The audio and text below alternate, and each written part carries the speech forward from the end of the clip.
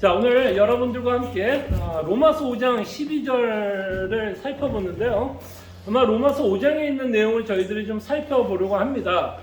제목은 신약에 나온 예수님의 사역과 행위 언약이라고 하는 제목으로 여러분들과 좀 생각을 해보는데요.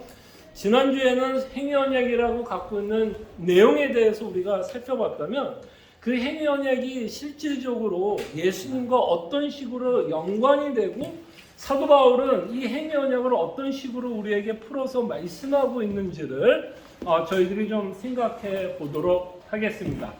자, 그럴 때 로마서 5장 12절, 자, 여러분들 핸드아웃을 갖고 계시면 저희들이 한번 같이 읽어보죠.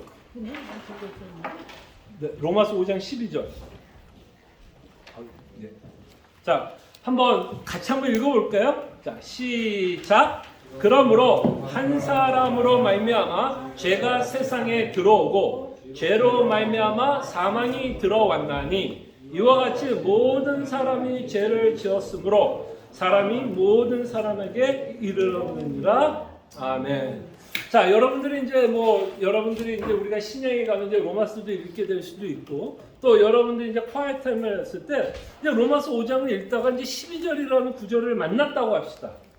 이 로마서 5장 12절을 우리가 이해하려면 어떻게 이해할 수 있을까요, 여러분? 이 구절을 이해하기 위해서 그냥 여러분 여기 나와 있는 한글만 읽어서는 참 이해하기 쉽지 않는 구절이라고 저는 생각이 듭니다.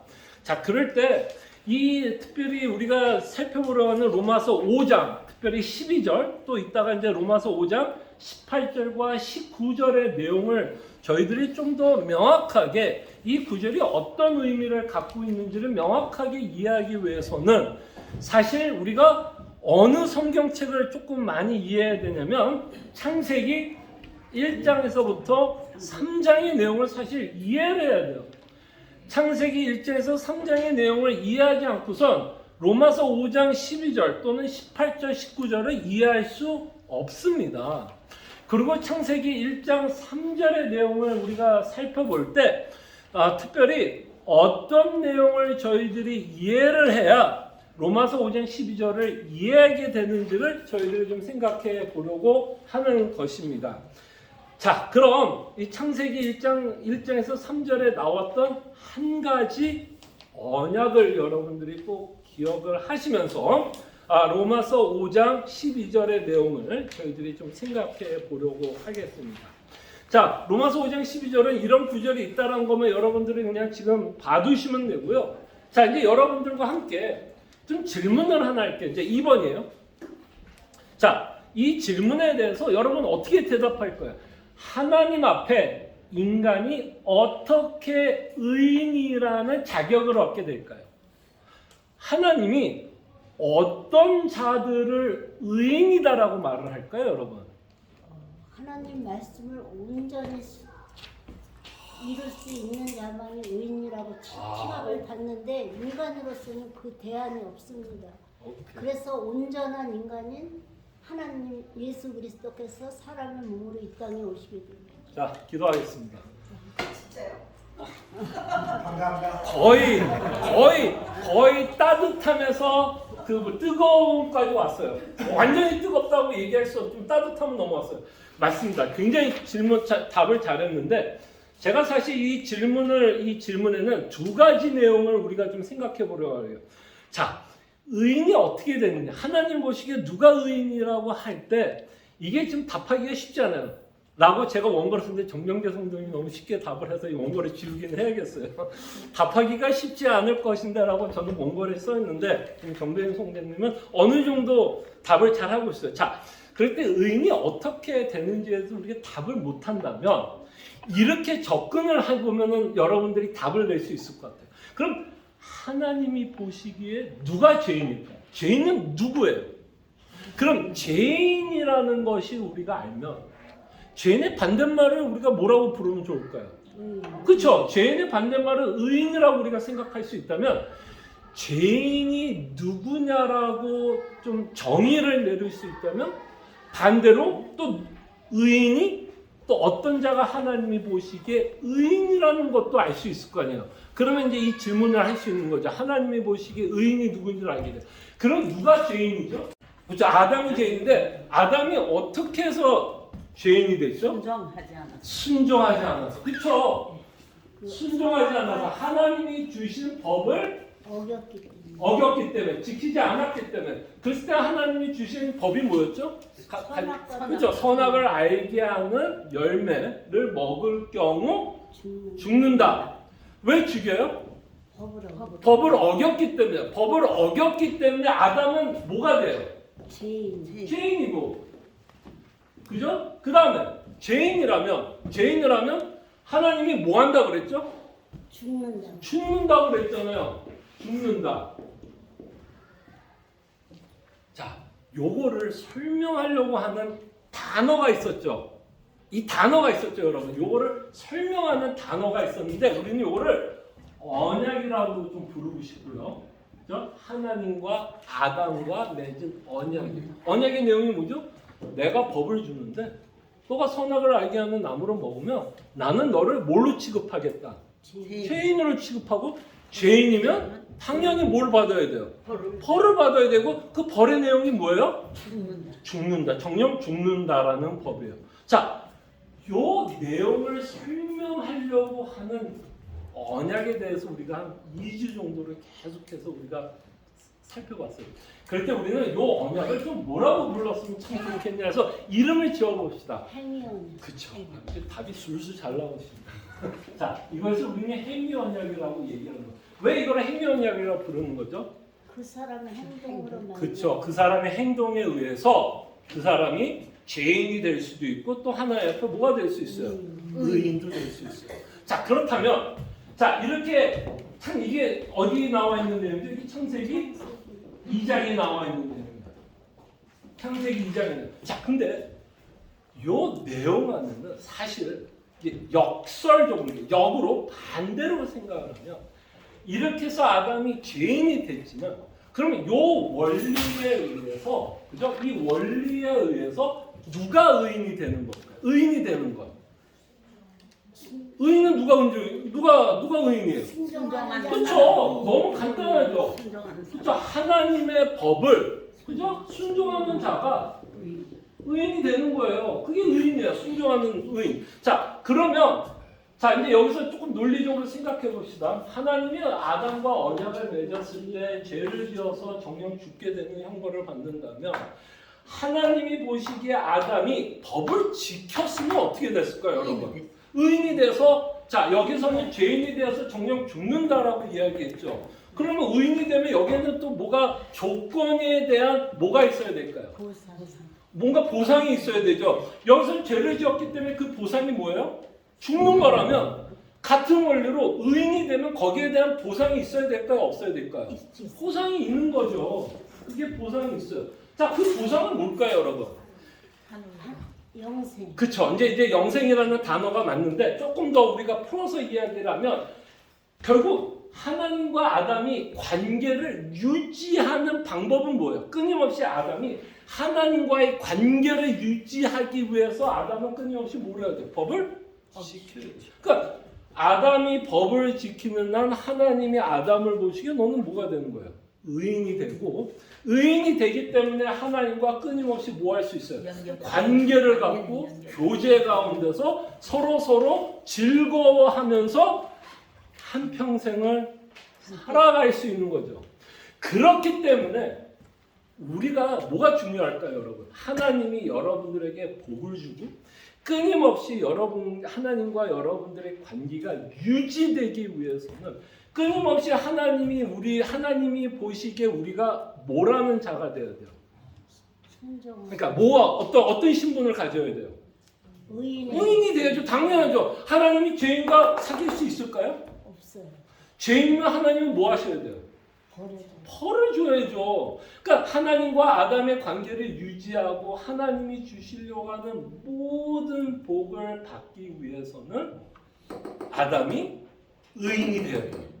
그 의인이 되는 방법은 뭐예요? 순종. 법에 대한 순종이에요. 그래서 이 의인이 되었을 때 보상이 있고 지금 말했던 것처럼 영생이라고 하는 것을 받게 됩니다. 무슨 말인지 알겠죠? 그렇기 때문에 여러분들이 왜 이 말이 중요할까요? 사도 바울이 이제 이따도 보겠지만 왜 여러분들이 하나님 앞에 의롭다함을 받는 게 왜 중요할까라고 생각해요. 그러니까 의롭다함을 받는 게 왜 중요해요? 그러니까 단지 보상이 아니라 의롭다기 때문에 뭐를 받을 수 있는 자격이 생기는 거예요. 그거에 맞는 보상을 받을 자격이 생기기 때문에 여러분들의 신분이 뭐가 되는 게 중요한 거예요. 의인이 되는 게 중요한 거예요. 그러니까 이게 이해가 되어야, 이 관계가 이해돼야 로마서 5장 1절이 왜 우리가 하나님 앞에 의롭다함을 받아야 되는지에 대한 그 명확한 이해가 필요해요. 그러니까 여러분들이 의인이 아니면 뭐예요? 죄인이면 여러분들은 끊임없이 하나님 뭐 하셔야 돼요? 벌어줘야 돼요. 정령 죽여야 돼요. 여러분들과 저는 하나님 앞에 올바르게 나갈 방법이 없어요. 그게 없어요. 의인만이 하나님과의 관계를 계속해서 유지해 나가게 됩니다. 이 원리를 꼭 기억하세요. 이 원리가 바로 예수 그리스도의 사역을 이해하는 데 가장 중요한 원리예요. 무슨 말인지 알겠죠? 그랬을 때 우리는 끊임없이 이 단어를 여러분들이 기억해 주세요. 행위언약. 행위언약이라고 하는 이 단어를 여러분 기억해 주시기를 바랍니다. 자, 그렇다면 지난주에도 우리가 행위언약이라고 하는 내용을 웨스트민스터 신앙 고백서를 통해서 정리했지만 오늘도 정리를 한번 해보겠습니다. 자, 행위언약, 이거는 제가 만든 언어가 아니라 웨스트민스터 신앙 고백서에서 언약에 관해서 이야기했을 때 행위언약을 이렇게 정리했어요. 자, 가로친 부분은 저희가 지난주에 저희가 살펴봤던 가로친 부분이에요. 그 단어들이 중요했기 때문에 그 단어들을 이해하는 데 있어서 가로해 쳐놓고, 자, 지난주 핸드아웃 보지 마세요. 지난주 핸드아웃 보면 제가 가로쳐놓고 블랭크 해놓은 걸 답을 알게 되니까 지난주 핸드아웃 보지 마시고요. 자, 지금 제가 가로쳐놓은 부분에 블랭크가 있죠. 네. 자, 그 부분을 제가 조금 읽어드릴게요. 자, 처음부터 읽을게요. 자, 순종을 기반으로 인해서 복도 받을 수 있고, 맞아요, 틀려요? 맞잖아요. 순종에 의해서, 순종을 안 하면 벌 받는 거고, 순종을 하면 하나님이 주시려는 모든 복을 받을 수 있는 자격이 주어진 거예요. 이게 창세기 2장에 나와 있는 내용이에요. 자, 순종을 기반으로 인해서 복도 받을 수 있고 저주도 받을 수 있게 됩니다. 틀려요, 맞아요? 그게 지금 창세기 2장에 계속해서 우리에게 말씀하고 있는 거 아니에요? 자, 그러면서 뭐라고 이제 정리하는지 보세요. 자, 인류에게 맺어주신 하나님의 첫 언약. 무슨 언약? 자, 이것을 왜 첫 언약이라고 말하냐면 이게 누구하고 맺은 언약이니까.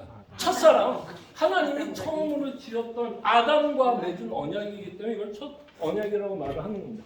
하나님의 첫 언약을, 이거는 성경에 나와야 안 나와요. 이 단어는 나오지 않아요. 행위언약이라는 단어는 나오지 않는데, 이 행위라고 하면서 이 언약이 갖고 있는 특징을 설명하고 있는 단어가 되는 거죠. 자, 삼위일체 성경에 나와야 안 나와요? 삼위일체 성경에 나오지 않아요. 그러나 삼위일체라는 단어가 성경에서 하나님이 누구인지를 설명하는 단어가 되죠. 예, 그렇게 이해하면 좋을 것 같아요. 행위언약이다. 자, 이제부터 중요해요. 이 언약에서 하나님은 아담과 및, 이제 어떤 단어가 들어갈까? 이게 중요해요. 오늘 이제 그 순종과 그 복의 개념을 이제 아시겠죠? 자, 그러면서 이제 이 웨스트민스터 신앙고백서에서는 하나님이 아담과 맺은 언약은 아담과 맺은 언약으로 끝나요, 안 끝나요? 안 끝나요. 아담이 맺은 언약은 또한 뭐가 될까요? 모든 후손 또는 인류와도 맺은 언약이 되는 거예요.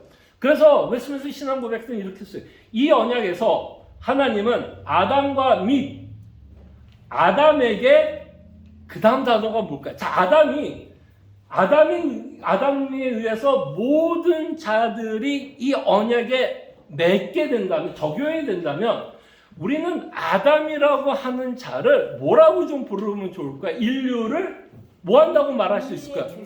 인류의 조상 또는 인류를 대표한다라는 단어를 쓰면 좋겠죠. 인류를 대표한다. 그래서 아담과 및 아담에게 대표된 그 누구예요, 이제? 어떤 단어가 들어오면 좋을까? 아담과 또 누구들이에요?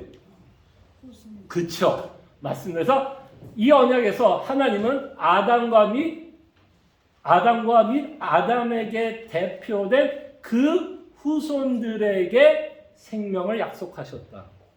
자, 그래서 성경은 뭐가 중요하냐면 대표자가 중요해요. 모든 인류가 중요한 게 아니라 대표자가 중요해요. 그럴 때 성경에서 말하는 대표자는 딱 한 명이다, 두 명이다. 딱 두 명이에요, 두 명. 두 명에 의해서 모든 인류의 운명이 좌지우지됩니다. 그게 대표라는 얘기예요. 자, 이렇게 이게 대표라는 말을 어렵게 생각할 필요 없어요. 자, 여러분 혹시 여러분들이 미국 이민 왔을 때 처음으로 살았던 데가 어디였어요? 보통 뭐 집부터 처음부터 산 사람도 있겠지만 대부분은 미국에 처음에 오면 이제 애들 이제 쫄만쫄만 애들 조그만 애들 이제 데리고 이제 어디에 들어가죠? 이제 아파트에 들어가서 산다고 생각을 합시다. 아파트에 들어가면 그 아파트와 뭐를 맺죠? 계약을 맺죠. 그게 이제 언약이라고 말할 수 있겠죠. 어떤 계약 관계를 맺을 때 여러분 자녀들도 계약을 같이 맺었어요? 아니면 여러분들의 가정을 대표하는 한 사람만 그 아파트에 계약을 맺어요? 세대주만. 그렇죠. 세대주만, 그죠? 세대주만 아파트에 계약을 맺습니다. 그래서 그 세대주의 계약에 의해서 전 가족은 그 아파트에 살 수 있는 권리가 생겨요. 왜? 내 자녀들은 사인한 적이 없어요. 그럼에도 불구하고 자녀는 그 아버지가 사인한 것 때문에 거기서 살 수 있는 권한이 생깁니다. 그러면 그 가족을 그 아버지가 뭐 한 거예요? 책임지는 것도 있지만 이게 뭐 대표했다라는 거고, 그 대표에서 전 가족이 함께 아파트에서도 살게 됩니다. 근데 어느 날 그 아빠가 돈을 못 벌어서 렌트를 못 내게 됐어요. 그러면 어떻게 되죠, 여러분? 석 달, 넉 달 동안 렌트를 못 냈어요. 그럼 어떻게 돼요, 여러분? 쫓겨나. 그러면 누구 쫓겨나요? 그 가족들도 같이. 아니야, 애는 사인한 적이 한 번도 없는데도요? 대표이나. 그렇죠. 무슨 말인지 알겠죠? 그러니까 여러분과 저희가 살아가는 삶 가운데서도 이 대표제라는 게 어색한 게 아니에요. 우리의 삶 가운데서도 우리를 대표했던 수많은 사람들이 있어요. 지금 아파트 예를 들은 것처럼. 그렇기 때문에 이 대표 원래 여러분들이 뭐 어색하고 왜 하나님은 아담 혼자만 이럴 필요 없어요. 우리는 이렇게 평상시 우리 일상 가운데 우리를 대표하는 사람이 나를 대신해서 하는 일들이 굉장히 많다는 것을 말씀하기 위해서 이 말씀을 하는 겁니다. 자, 그래서 읽습니다. 이 언약에서 하나님은 아담과 및 아담에게 대표된 그 후손들에게 생명을 약속하셨다. 그러니까 웨스트민스터 신앙고백서는 이 창세기 2장을 역으로 말하는 거예요. 역으로. 무슨 말인지 알겠죠? 자, 죄인이 법을 순종하지 않아서 죄인이 되어 벌을 받는다면 당연히 하나님께서 주신 율법을 지키면 당연히 어떤 원리가 나와요? 복을 받는다는 이 얘기를 하는 거예요. 강조하고 싶은 거는 이 부분이에요. 그래서 지금 웨스트민스터 신앙고백서 이렇게 이 언약에서 하나님은 아담과 및 아담에게 대표된 그 후손들에게 뭐를 약속해요? 생명을 약속하셨다. 그 약속은 뭐예요? 이게 이제 중요한 우리가 이제 순종에 관한 아까 얘기도 계속했지만 그 약속은 이 생명이라고 하는 약속은 반드시 뭐에 근거예요? 완전한 개인적 순종. 여기서 말하는 개인적 순종은 누구의 순종이에요? 내 순종이에요? 여러분들의 순종에 누구의 순종에 달려 있는 거예요? 대표하는. 그러니까 창세기에서 누구예요? 아담이에요, 아담. 아담의 개인적 순종에 의해서 전 인류의 운명이 뭐가 되는 거예요, 지금? 좌지우지가 된다는 거예요. 그 약속은 그들의 완전한 개인적 순종을 조건으로 하신 것이다. 그러니까 여러분들이 하나님과의 관계가 유지되는 건 끊임없이 어떠한 이런 조건의 만족에 의해서 사실 여러분들과 제가 하나님과의 관계를 유지해 나가는 거예요. 예. 자, 이 행령력을 여러분 기억하시고 다시 이제 로마서 5장 12절 한번 읽어볼게요. 자, 로마서 5장 12절을 이해하는데 이 내용을 이해하지 않고서는 저는 로마서 5장 12절을 절대로 이해할 수 없다고 봅니다. 자, 로마서 5장 12절 여러분들 지금 콰이트 타임이에요. 콰이트 타임 하는데 도대체 이게 뭔 말을 하는지 여러분 어떻게 이해할까요? 자, 그러므로 한 사람으로 말미암아 죄가 세상에 들어오고 죄로 말미암아 사망이 들어왔느니. 자, 이 한 문장을 이해하려면 여러분도 뭐를 이해해야지 이 구절을 이해하지? 도대체 사도 바울이 말하는 한 사람은 누굴까요? 여러분 나야? 송금층이에요? 뭐 집사님이에요? 여기서 말하는 한 사람은 누굴까요? 아담인 거 뻔하잖아요. 이렇게 딱 보면 이게 한 사람이 아담이구나. 그럼 이 말이 이해가 돼야 합니다. 한 사람으로 말미암아 죄가 세상에 들어왔어요, 안 들어왔어요? 뭐를 어겼기 때문에? 법을 어겼기 때문에, 행위언약을 어겼기 때문에 죄가 들어올 수 있었어요, 없었어요? 들어오게 되고, 그 죄로 인해서 하나님은 아담을 뭐 할 수 있어요? 벌을 살 수 있죠. 그러니까 이게 보자. 보세요. 12절. 그러므로 한 사람으로 말미암아 죄가 세상에 들어왔기에 당연히 죄로 말미암아 어떤 일이 벌어져야 돼요? 사도 바울이 뭐라 그래요? 사망이 들어왔나니. 자, 사망이 어떻게 들어왔는지 여러분 어떻게 설명할까요? 여러분 정말 여러분 딱 로마서 5장 12절만 딱 읽고 여러분 뭐 어떻게 설명할 거예요? 사망이 이 세상에 어떻게 들어왔다는 어떤 식으로 설명할 거예요? 아담이 죄를 지어서 그렇죠. 그게 가능한 게 무슨 언약 때문에 우리가 그 말을 행위 언약. 행위 언약 때문에 그 말을 쓰는 거예요. 그러니까 이 구절은 뭐 행위 언약이라는 단어로 여러분들이 안 써도 상관없어요. 이 구조를 이해하지 않고서는 로마서 5장 12절을 절대로 이해할 수 없어요. 무슨 말인지 알겠죠? 이 구조를 이해가 되니까 지금 사도 바울이 로마서 5장 12절에서 무슨 말씀을 하는지 이해가 돼야 안 돼요.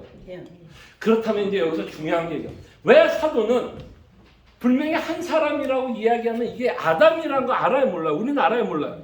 근데 왜 아담이라는 단어를 안 쓰고 한 사람이라고 표현했을까요? 우리가 뻔히 봐도 사도 바울이 이것을 한 사람이 아니라 아담으로 말미암아 죄가 들어왔어요, 안 들어왔어요? 그럼 아담이라는 이름 쓰면 되잖아요.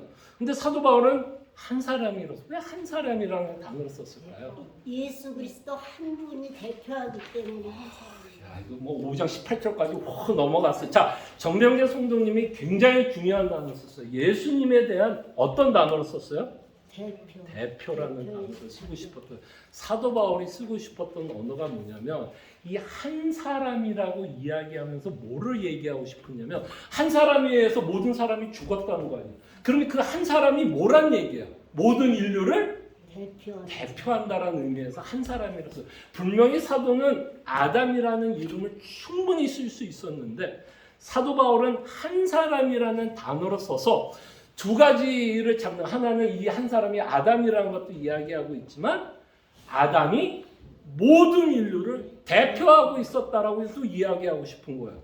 그리고 아담에 의해서 이게 언약이 이 언약을 어기게 되면서 모든 인류도 아담과 함께 죄인이 되고 하나님으로부터 형벌을 받아야 된다라는 것을 사도 바울이 말을 하는 겁니다. 자, 계속해서 읽을까요? 말미암아 사망이 들어왔나니 이와 같이 모든 사람이 죄를 지었으므로 사망이 모든 사람에게 이르렀느니라. 자, 모든 사람이 어떻게 이게 가능한 거예요? 아담이 대표를 하고, 말하자면 우리가 태어날 때는 아담 뭐라고 표현할까요? 이제 우리가 거듭나게 되면 예수 안에 있지만 태어날 때는 우리가 누구 안에라고 표현하면 좋을까요? 아담 안에서 태어난다라고 사도는 말합니다. 자, 그랬을 때 이제 여기서 이제 여러분들이 따지면 안 돼요.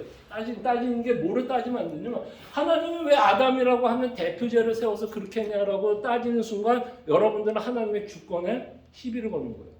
하나님이 이렇게 언약을 맺기로 기뻐하셨고 그렇게 수행을 하시면 피조자는 우리는 거기에 순종하는 겁니다. 자, 근데 여러분들이 생각하기에 이제 한 사람이라고 하는 이 말이 왜 중요한지 알아요? 여러분들과 저는 여기서 오해를 하는 게 뭐냐면 왜 하나님은 이 아담이라는 사람을 세워가지고 이 아담 때문에 우리를 이렇게 곤욕스럽게 만들었을까를 생각하게 되는데 여기에는 어마어마한 하나님의 지혜가 있어요. 어마어마한 지혜가 있어요. 하나님이 대표죄를 쓴 이유가 있어요. 자, 한 사람에 의해서 죄인이 될 수 있다면 또 한 사람에 의해서 모두 될 수 있을까요? 그렇죠. 그거를 보셔야 돼요. 한 사람 맞아요. 아담 때문에 우리가 다 죄인이 되어서 하나님께 심판을 받아야 되는 사람이 됐지만 그 대표하는 사람에 의해서 모든 인류가 그렇게 됐다면 또 다른 뭐를 세우시면 돼요, 하나님이? 또 다른 대표자를 세워 그 대표자가 또 어떤 부리들을 뭐 하면 돼요? 대표할 수 있다면 그 무리를 대표할 수 있다면 그 예수님에 의해서 얻은 모든 복들이 또한 누구께 될 수 있어요? 그 그리스도 안에 있는 모든 자들에게 복이 될 수 있는 거죠. 그래서 여기서 이제 감사한 게 뭐냐면 여러분 하나님이 한 사람에 의해서 이렇게 된 게 감사한 거예요. 왜냐면 여러분 생각해요. 만약에 한 사람에 의해서 우리의 구원을 이루지 않고 한 사람에 의해서 대표제를 세우지 않았으면 이건 뭘 얘기하는 줄 아세요? 여러분들의 구원을 다 여러분들이 다 성취해내야 돼요. 여러분들의 인생은 여러분들이 책임을 져야지 왜 딴 사람이 책임져요? 만약에 하나님이 각자에게 이 행위 언약을 맺고 각자가 죄를 져서 그러니까 죄인이 되었다면 그 행위 언약을 누가 책임져야 돼? 각자가 책임을 져야 돼. 근데 하나님의 그 정말 지혜로운 가운데 하나님은 이 일을 어떻게 하면 대표자를 세웠어요. 대표자에 의해서 죄인도 됐지만 이 원리가 대표자로 인해서 죄인이 됐다면 이 같은 원리로 대표자로 인해서 여러분들은 의인도 될 수 있다는 거예요. 그래서 사도 바울이 강조하고 싶은 내용은 뭘까요? 이 아담 얘기가 아니에요. 사도 바울이 진짜 강조하고 싶은 분은 누구예요? 예수님이 여러분들에게 어떻게 의롭다함을 얻게 하셨는지를 설명하고 싶은 거예요. 자, 그렇다면 의인이 되는 방법은 뭐예요? 자, 다시 한번 의인이 되는 방법은 뭐예요? 예수 그리스도를 믿는 것. 그거 믿기 전에 행위 언약에 의해서 의인이 되는 방법은 하나님께 순종하는 거예요. 그렇다면 아담이 실패했다면 누군가는 뭐 해야 될까요? 순종을 하셔야 돼요. 그 일을 누가 하시는 거예요? 예수님이 하신다는 거예요. 자, 그러면 이제 로마서 5장 18절을 갈게요. 자, 로마서 5장 18절 19절은 로마서 5장 12절에 대한 부연 설명이에요. 자, 여러분들이 또 콰이트 타임 합니다. 아침에 이제 깼어요. 오늘 이제 하나님의 말씀을 읽고 시작해야지. 주님께서 오늘 나에게 무엇이라고 말씀하는지 딱 이제 순서가 돼서 이제 로마서 5장 18절이 됐어요. 딱 아침에 이제 일 나가기 전에 이제 성경책을 폈습니다. 로마서 5장 18절부터 19절을 딱 읽기 시작하는데 이게 도대체 뭔 말인지 이제 우리가 좀 알아야지 뭐 적용을 하든지 뭐 할 거 아니에요. 자, 그렇다면 이게 무슨 내용을 갖고 있는지 한번 볼게요. 자, 그런즉 한 범죄로 많은 사람이 정죄 이른 것 같이 한 의로운 행위로 말미암아 많은 사람이 의롭다 하심을 받아 생명에 이르렀느니라. 자, 제가 했던 말이에요. 제가 했던 말은 누가 한 말이에요, 사실. 제가 한 말은 누가 한 말이에요? 사도 바울이 한 말 아니에요. 지금 18절에 뭐라 그래요? 그런즉 한 범죄는 누가 한 범죄예요? 네, 아담이 한 범죄잖아요. 그게 이제 아까 12절에 말씀하고 있잖아요. 한 사람으로 말미암아 죄가 세상에 들어왔고, 그게 한 사람으로 죄가 세상에 들어왔다면 하나님은 그 자를 뭐 하셔야 돼요? 정죄하셔야 되죠. 그거를 지금 사도 바울은 로마서 5장 18절에서 좀 더 부연해서 말씀하는 겁니다. 그런즉 한 범죄로 많은 사람이 정죄에 이른 것 같이 다 죄인이 되어 하나님께 그 심판을 받아야 되는 자가 되었는데, 이미 사도 바울의 시대는 예수님의 죽으심과 부활 후의 사건을 기록하고 있는 거 아니에요? 그러면서 이제 한 의로운 행위, 여기서 한은 누굴까요? 이제 예수님. 아담은 아니죠. 그렇죠. 아담도 아니고 여러분과 저일까요? 우리 얘기도 아니에요. 그럼 여기서 한 행위는, 한 의로운 행위는 누구에 대한 행위를 기록하는 걸까요? 예수님이 한 행위예요. 자, 한 의로운 행위로 말미암아 많은 사람이 의롭다 하심을 받아 생명에 이르렀다. 자, 이 구절만 봐도 왜 의롭다 하면 왜 받아야 돼요? 의롭지 않으면 아담과 함께 뭐가 되죠? 죄인이 되고 형벌을 받습니다. 그렇기 때문에 여러분들은 죄인에서 타입해서 뭐가 돼야 돼요? 의인이 돼야 돼요. 근데 문제는 여러분과 제가 한 번도 율법을 지킨 적이 없다라는 게 문제예요. 근데 오늘 9절에 보니까 하나님이 뭐라 그래요? 많은 사람이 의롭다 하심을 받아. 그러니까 여러분들이 의롭다 하심을 받는데요. 난 율법을 한 번도 지킨 적이 없는데. 그럼 이 일이 어떻게 가능한 거예요? 누군가 나를 대신해서 율법을 지켰다는 얘기가 이 말에 포함되죠. 그래서 그것에 대해서 부연 설명이 19절에 또 나갑니다. 보세요. 이게 왜 행위냐 없이 이거를 이해할 수 없다라는 게 19절을 읽어보면 뭐라 그래? 한 사람이 순종하지 아니함으로. 무슨 냄새 나? 무슨 언약 냄새 나지 않아요? 이거 냄새 안 나요? 이거 냄새 나요, 안 나요? 이 냄새 안 맡고서는 이 구절을 도저히 이해할 수가 없어요. 왜 한 사람이, 왜 예수님이 순종해야 돼? 왜 아담이 왜 이 내용은, 이 행위 언약 외에는 이 본문은 우리는 이해할 수 없다고 봅니다. 자, 그러면서 이제 뭐라 그래? 한 사람이 순종하지 아니함으로 선악을 알게 하는 열매를 누가 먹었어요? 아담 한 사람 대표자. 한 사람이 순종하지 아니함으로 많은 사람이 죄인. 그래서 죄인은 누가 돼요? 이 구절에 하면 누가 죄인이 돼요? 율법을 순종하지 않을 경우.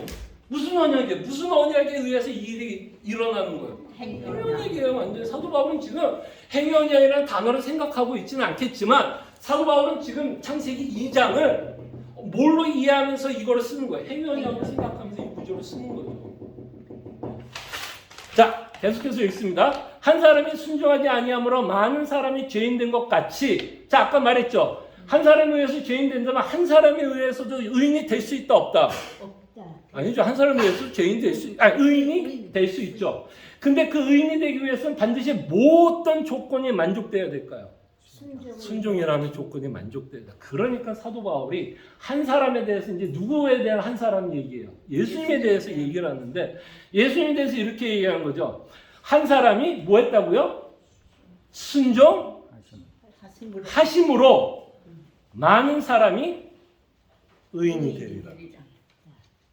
예.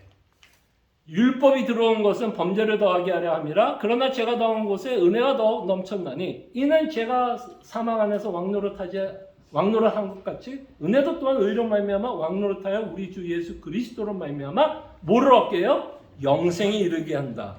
자, 그리스도로 말미암아 우리에게 영생이 되기 위해서는 무슨 일이 있어야 돼요? 예수님이 순종한 것이 누구께 돼야 돼요? 여러분께 돼야 돼요. 그래서 성경에 보면 사도 바울이 이런 단어를 써요. 여러분과 제가 예수님과 뭐 했다고 표현해요?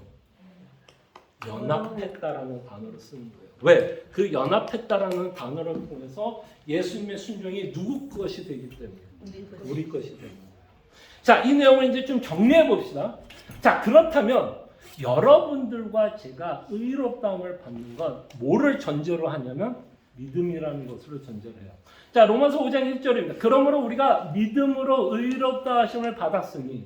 자, 그럼 다시 한번 여러분들에게 묻습니다. 여러분들이 왜 의롭다함을 받아야 돼요? 왜 의로워져야 돼요? 왜 여러분들은 하나님 앞에 의롭다라는 자격을 받아야 될까요? 하나님으로부터 우리가 벌을 받지 않으려면 그걸 역으로 얘기하면 뭐예요? 하나님으로부터 끊임없는 복을 받기 위해서 우리가 의인이 되어야 돼요. 거기에는 하나님의 나라도 포함되는 거고 영생도 포함되는 거고 하나님과의 나의 관계를 설명하는 아버지와 아들의 관계도 마찬가지. 그 안에는 의인이라고 하는 단어에는 성경에서 말하는 구원의 모든 복들이 들어있다고 생각하시면 돼요. 왜냐하면 우리가 의인이 안 되면 하나님은 끊임없이 우리를 심판할 수밖에 없어요. 그렇기 때문에 여러분들이 의인이 되셔야 돼요. 근데 우리는 스스로 의인이 될 수 있어요? 없어요? 없어요. 그래서 하나님이 또 하나의 방법을 어떻게 발견하게 됐냐면 그러므로 우리가 뭘로? 믿음으로.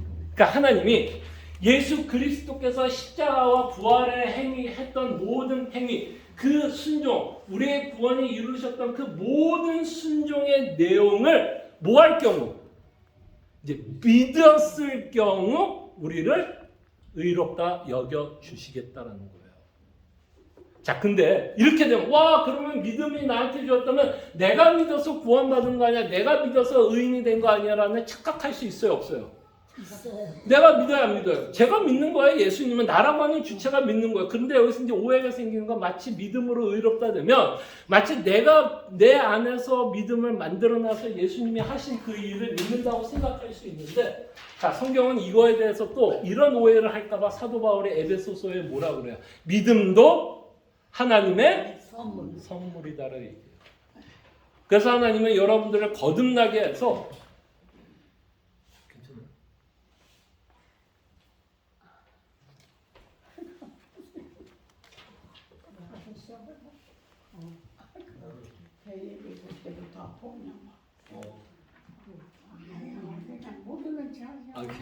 자, 모르는 척 아니, 권사님 너무 지금 아픈 표정을 지금. 오케이. 마무리 빨리 짓게. 무슨 말인지 알겠죠? 그러니까 하나님이 여러분들을 믿는다고 하면 예수님이 하신 모든 거를 여러분 것을 여겨주겠다는 거예요. 자, 그렇다면 이제 요거를 하나 정리합시다. 자, 믿음으로 의롭다함을 받는다라고 하는 의미가 이제 뭔지를 한번 생각해 볼게요. 실질적으로 우리한테 그 주어지는 일은 뭘까? 자, 1번 가로 땡땡 짓지 않는 것으로 여긴. 뭐를 짓지 않는 것을 여기는 걸까요? 하나님이 여러분들을 의롭다 여겨주시면 여러분 죄 져요, 안 져요? 싫잖아요. 근데 하나님이 여러분들을 의롭다 여겨주시면 하나님이 두 단어 땡땡 짓지 않는 것으로 여겨주시는 뭐 어떤 단어 쓰면 좋을까요? 예? 그렇죠. 한 번도 죄를 짓지 않는 것으로 여겨주시겠다는 거예요. 자, 하나님이 여러분들이 한 번도 죄를 짓지 않는 것을 여겨주시면 하나님이 여러분을 심판할 수 있어요, 없어요? 아무리 죄를 지어도 심판할 수 있어요, 없어요? 아니, 죄를 안 지었는데 어떻게 하나님 심판해요?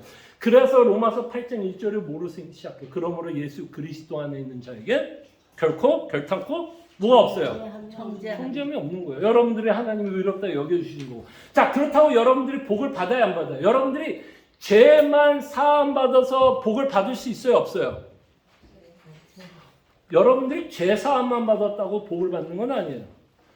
뭐를 해야 복을 받는 거죠? 순종의 기반으로 하나님이 복을 주시는 거예요. 그러면 여러분들이 의롭다 여겨주시면 죄사함뿐만 아니라 사실은 하나님이 뭐라고 여겨주시는 걸까? 예수님이 여러분들이 대신하여 뭐 했어요? 율법을 완전히 지키신 거 아니에요. 그렇다면 하나님이 여러분들이 이번에 가로 열고 땡땡땡땡 지킨 것으로 여겨준다. 뭐예요? 어떤 단어로 쓰면 좋을까요? 지킨 것이니까 그 앞에는 어떤 단어로 넣으면 좋을까요? 온전한 뭐를 지킨 거예요? 율법. 그렇죠. 율법을 지킨 것을 여기. 그 앞에는 좀 어떤 수식어를 넣으면 좋을까요? 그렇죠. 제가 생각한 단어는 완전이에요. 그러니까 지금 여러분들이 하나님 예수님의 그 구원의 사건을 믿을 때 하나님이 여러분들이 여겨주신 건 뭐예요? 의롭다고 여러분들이 칭해 주신다면 한 번도 죄를 짓지 않았어요. 그렇기 때문에 여러분들 정죄함이 있어요, 없어요? 정죄함 없어요. 그러나 그걸로만 하나님이 주시려고 하는 영생을 받는 건 아니에요. 영생은 조건은 언제나 뭐예요? 순종에 기반한 거예요. 그러려면 여러분들이 죄사함뿐만 아니라 사실은 하나님이 보시기에 여러분들이 뭐 했다라고 생각을 하셔야 돼요. 뭐 했다라고 생각을 해야 돼요? 순종을 온전하게 했다라고 생각을 해야 돼요. 그런데 우리를 대신해서 예수님이 순종하셨다는 것을 믿는다면 우리를 완전히 율법을 지킨 것으로 여겨주십니다. 그렇게 완전하게 율법을 지켰기 때문에 이제부터 죽는 그날까지 하나님은 여러분들에게 어마어마한 복을 줄 모든 뭐를 갖고 있는 거예요, 여러분들이. 자격을 갖는 거예요, 자격을 갖는 거예요. 그래서 믿음, 2번, 은혜 언약 아래에 있는 모든 자들에게 하나님이 주신 선물. 그래서 여러분들은 이제 더 이상 행위 언약에 있지 않고 이 안에 있는 걸 뭐라고 표현해? 은혜 언약이라는 단어를 쓰는 거예요. 은혜 언약. 자, 이제 6번, 7번 간단하게 설명해 볼게요. 자, 행위 언약의 정신은 살아있다. 응? 제가 뭐를 강조하는 걸까요? 행위 언약의 정신은 살아있다. 이 행위 언약에서 하나님이 우리에게 말씀하시고자는 메시지는 뭐인 것 같아요? 뭐 여러 메시지가 있지만 이 행위 언약에서 하나님이 아담에게 뭐를 요구하는 거예요? 순종이에요, 순종. 자, 더 이상 우리가 행위 언약이 우리에게 적용이 안 된다고 해서 그 정신마저도 없어지는 건 아니에요. 여전히 행위 언약에서 요구한 게 뭐였어요? 하나님이 아담에게 순종을 요구했잖아요. 그것과 마찬가지로 은혜 언약에 사는 우리도 하나님이 우리에게 요구하는 건 뭘까요? 순종이잖아요. 오늘 여러분들과 말씀을 통해서 생각한 것처럼 하나님의 나라의 백성으로 살아간다는 것, 하나님을 주라 고백하고 주님이 원하는 삶, 주님이 주신 율법대로 우리는 뭐 하려고 하는 자예요? 순종을 하면서 사는 거예요. 그런 의미에서는 행위 언약 정신은 남아있어요, 안 남아있어요? 남아있죠. 순종을 하나님이 아담에게 요구한 것처럼 예수 그리스도를 믿는 모든 자들에게 여전히 하나님을 뭐를 요구해요? 순종을 요구해요. 자, 근데 어마어마하게 다른 게 하나 있어요. 그게 7번이에요. 행위 언약의 땡땡은 없어졌다. 뭐가 없어진 걸까요? 행위 언약의 뭐는 없어질까요? 예? 뭐 여러 가지 단어가 있지만 저는 이 단어를 사용하려고 그래요. 행위 언약의 조건은 없어졌다. 왜 이 말을 하는 거죠? 조건이 왜 없어졌다고 표현해요? 조건을 이미 누가 만족시켰기 때문에 예수님이 만족시키기 때문에 조건이 만족되었기 때문에 더 이상 조건은 우리는 할 필요가 없어요. 그러니까 이 가르침을 통해서도 우리가 알 수 있는 건 뭐예요? 우리의 구원은 전적인 누구예요? 하나님의 은혜, 조건 없이 하나님이 무한하게 우리에게 베풀어 주신 은혜를 사실은 설명하게 됩니다. 그래서 우리가 더 이상 행위 언약 아래에 있지 않고 은혜 언약의 아래에 있어 예수 그리스도를 말미암아 우리에게 주시려고 하는 모든 복을 누리면서 살아가게 된다는 거예요. 자, 그렇다면 은혜 언약에 살아있다고 해서 순종이 없어진다, 안 없어진다? 안 없어져요. 여전히 여러분들에게 순종을 요구해요. 근데 이제 로마서 5장이 이렇게 끝나면 야, 은혜를 더하기 위해서 죄가 더한 곳에 은혜가 더했다 그래서 사람들은 무슨 생각을 하냐면 무율법주의에 빠지려고 그래요. 무슨 말인지 알겠죠? 이제 안 지켜도 되겠네. 순종하지 않아도 어차피 예수 그리스도로 말미암아 나는 은혜 받고 구원 받고 나는 천국 가네. 라고 생각하는 사람들이 있을까 봐 이제 로마서 6장이 시작하는데 그 내용은 뭐 오늘 상관이 없어요. 그럼에도 불구하고 우리가 행위 언약과 은혜 언약의 관계를 봤을 때 여러분들이 예수를 믿고 있다면 적어도 행위 언약에서 하나님이 요구하는 그 삶을 우리는 살아가려고 합니다. 자, 그랬을 때 우리가 정말 여러분들이 그 미국에 되게 유명한 그 신학자가 하나 있었어요. 웨스트민스터 이스트 필라델피아를 그러니까 만든 메이첸이라고 하는 교수가 있었는데요.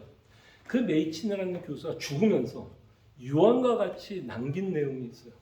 그 메이첸이라고 어마어마한 개혁주의 신학자가 죽으면서 했던 말이 뭐라고 하면서 죽었는지 알아요? 나는 예수님의 순종에 감사한다 하면서 죽었어요. 그 순종으로 말미암아 하나님이 나를 뭐라고 여겨주시니까 의인이다 여겨주시고 내가 지금 죽더라도 어디 갈 거겠다? 천국 갈 거겠다. 그러니까 이게 여러분 이게 그냥 참 목사님 신학교 아닌데 저희가 그렇게 생각 안 했으면 좋겠어요. 제가 여러분들에도 말씀드렸지만 여러분들 이 본문들을 어떻게 하실 거예요? 물론 우리가 성경에 있는 모든 본문 다 이해 안 해도 돼요. 그거 못한다고 천국 못 가는 거 아니에요. 그죠? 그렇지만 적어도 이런 구절이 있다면 우리가 하나님의 자녀로서 우리는 뭘 고민해야 돼요? 도대체 이 구절이 어떤 의미를 갖고 있는지는 뭐 할 필요는 있을까요? 고민할 필요는 있죠. 그럴 때 이 구절은 정말 여러분과 제가 어떻게 해서 구원을 받았고 왜 예수님이 이 땅에 육신의 몸을 입고 십자가에 죽고 순종해야 되는지에 대한 그 풍성한 뭐를 설명하는 거예요? 은혜. 정말 은혜를 설명하고 있고 그 메이첸이 죽으면서 예수님의 순종에 감사한 것처럼 이 내용의 끝은 여러분들 누구에 대해서 감사해야 돼요? 정말 예수님이 나를 위해서 십자가에서 정죄를 받은 것과 나를 대신해 율법을 온전하게 지켜 나에게 영생을 주신 것에 대한 우리 안에 뭐가 넘쳐나야 돼요? 감사와 영광을 돌려야 할 거라 생각합니다. 기도하죠. 기도하겠습니다.